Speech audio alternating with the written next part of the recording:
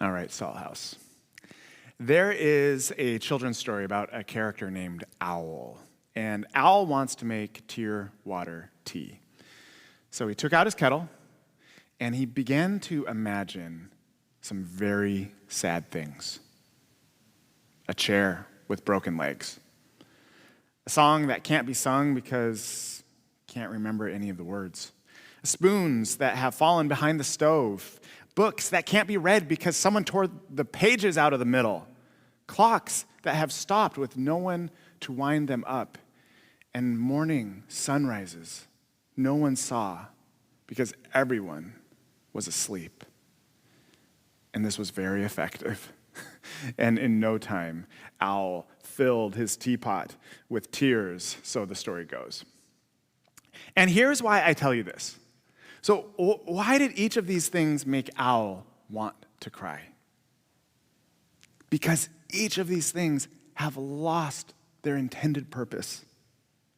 There is nothing sadder in all the world than to lose purpose, except perhaps to never discover it in the first place.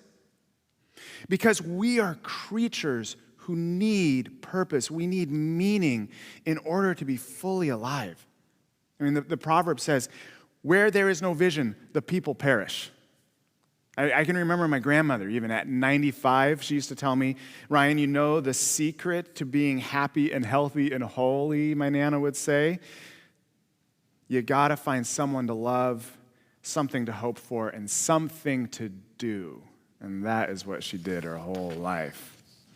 I heard about a church actually in our synod just a little while ago who sent out a health survey to their congregation and asked, gosh, what's lacking in your health?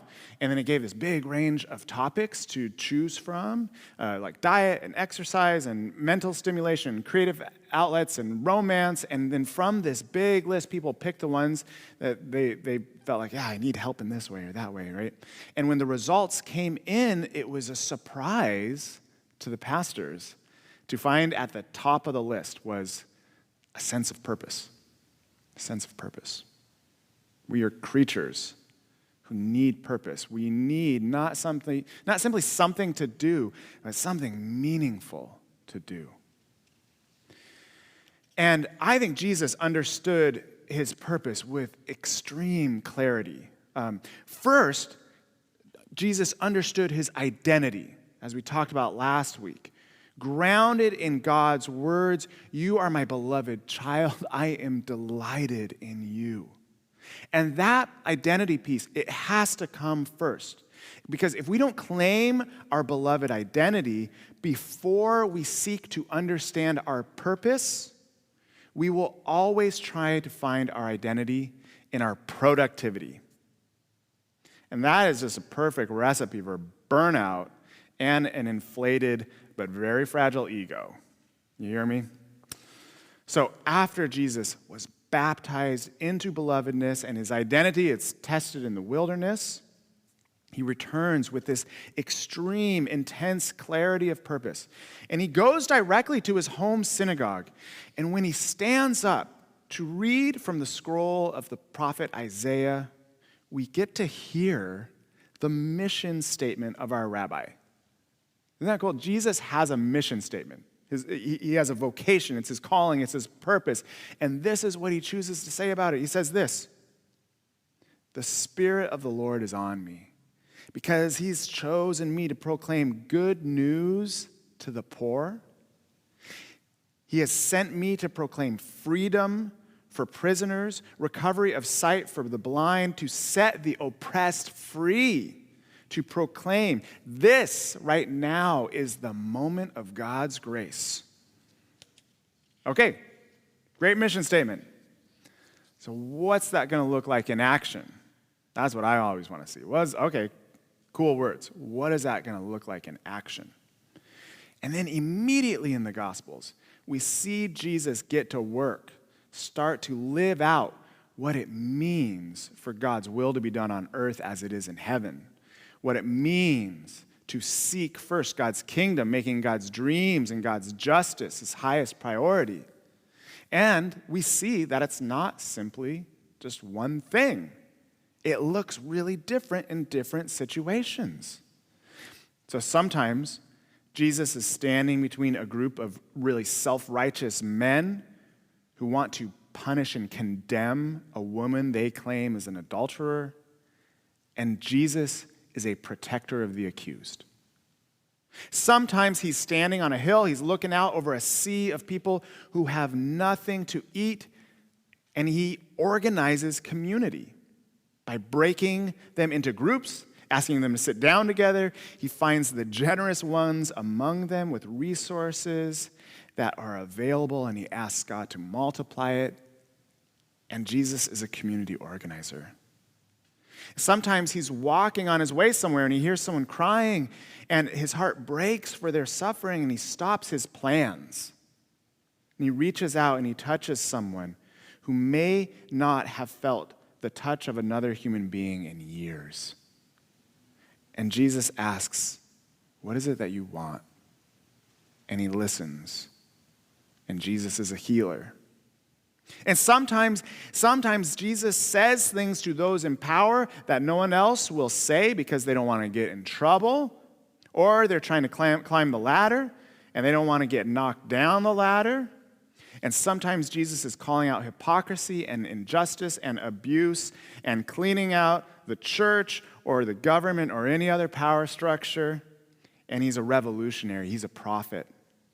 And he gets broken on the wheels for our sake, for our salvation. So the purpose of God lived out is not simply one thing. It looks different in different situations. It looks different as lived out by different people who have different stories and different gifts and different wounds. But it's one purpose, though. It's one purpose, the shalom of God for all creation. So, apprentices of the Rabbi Jesus, do you know your purpose? When our lives lack purpose, gosh, nothing can be more sad. Are you experiencing God's purpose in your life? It's important to clarify that we're not talking about a profession. Your purpose may involve your profession, but your purpose in the world is much bigger than your job or your career. I mean, you could change jobs 20 times, right, throughout your life. Exercise your purpose in each of them. Because purpose is bigger than careers. It's bigger than jobs. Purpose spills out into each relationship. Purpose spills out into how we spend our time, how we spend our money, what we value, what we pursue. And God has uniquely made you, purposefully made you. Every inch of your story, both tragedy and triumph, everything in between, is contributing to the unique purpose that God has for you. Do you believe that? Do you know that? Mark Scandrette, he says, from street violence to ecological destruction to global poverty and warfare, we are clearly in the midst of a great struggle to see God's shalom become manifest on earth as it is in heaven. And an apprentice of Jesus learns to make the realization of God's creative and restoring work their core purpose. Their core purpose. So, Salt House, here we go. Here are 5 instructions that Jesus gives us for fulfilling our purpose. Here we go. Number 1 is this. In Matthew 6, it says, prioritize God's dreams over your own ambitions. I like to try to pray for it this way. God, I want to want what you want. I might not want what you want yet, but I want to want what you want, God. Make that so in me. Make that so in me. That's the first one. Prioritize God's dreams. Number 2 is this. Prioritize the outsider. Those that society thinks of as the least and the left out and the forgotten. And we see this throughout Jesus' life. This is what he's talking about in Matthew 25. So I believe that following Jesus will necessarily mean crossing those well-defined lines of separation that our culture creates. So prioritizing the outsider, number 2. Number 3 is this. Hey, Whenever you do something that you think is pretty good, you got to protect your humility. You need to be discreet about it. Discreet about what you do. And don't seek out special titles. Don't seek out applause for it. We see this in Matthew 23 and Matthew 6. This is Jesus' instructions to us. Number 4 is this: partner with apprentices. Don't go it alone. Find the other liberators, or as Mr. Rogers says, look for the helpers. And train up others. Invest in others and their apprenticeship.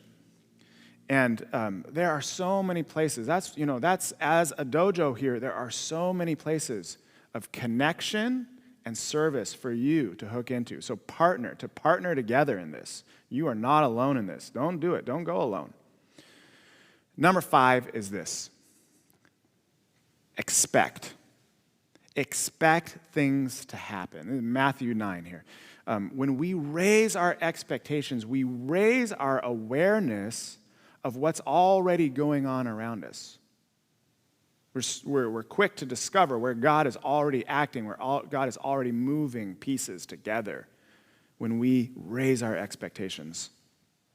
And that final one, that number 5, is what we are inviting you to. It's the experiment that we're inviting you to this week, to look for that opportunity. So much of what Jesus taught was along the way. Just stuff would just come up, right? And the disciples would say, well, what do we do about this? And then, boom, it led to a teaching, and it led to an activity, an experiment. They allowed themselves to be interruptible, right? They had plans. They were going somewhere, and they were interrupted. Will you be interruptible this week, Salt House? Just this week, I was at Goodwill. I was going through some vinyl records, and I looked up, and I saw an old friend that I hadn't seen in years. And, as we caught up, I could tell that he was trying to, apologize for some way that he had treated me, years back. And he said to me, I don't know how to explain to you how I've changed. And in that moment, I don't know why these words came to me, but I just felt compelled to say, hey, brother, I have always loved you. And it was right at that moment that tears came to his eyes, tears came to my eyes, and something was just released in him. He began to cry, and he shared to me about how the grief over the passing of a parent was just transforming him. And I hugged him, I embraced him for a long time in the middle of Goodwill. I'm sure we got some good looks as we were crying and hugging it out in Goodwill.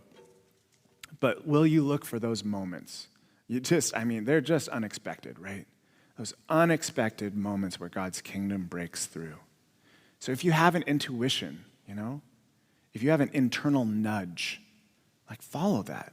Don't silence that. The more you follow it, the more it will come. The more you silence it, the quieter it becomes, right?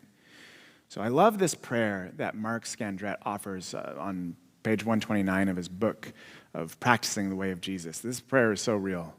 He prays this: God, you see that I don't have any space in my calendar today, but I still want to be a part of your healing work today.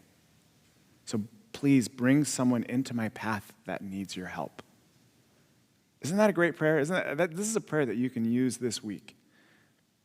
God, I see that I don't have any space in my calendar, but I still want to be a part of your healing work today. Please bring someone into my path that needs your help. That's your experiment. To go get into some holy trouble this week.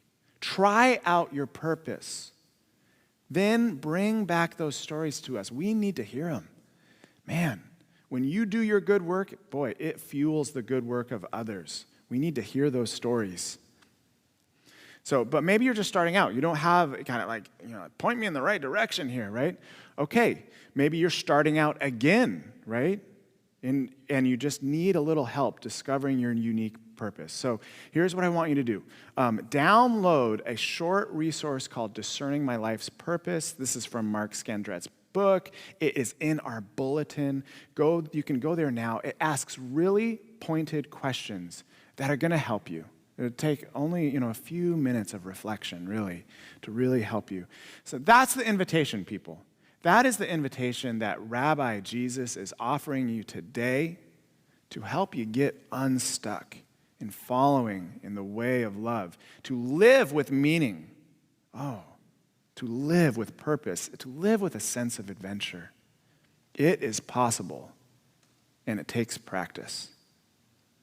Try it out.